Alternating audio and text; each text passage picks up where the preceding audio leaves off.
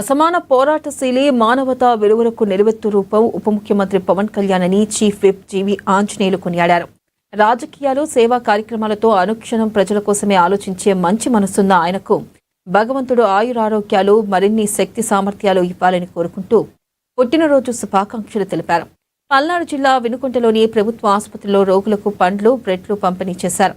ఇక ఆసుపత్రి ప్రాంగణంలో జనసేన నాయకులతో కలిసి కేక్ కట్ చేసి జీవి ఆంజనేయులు మొక్కలు నాటారు.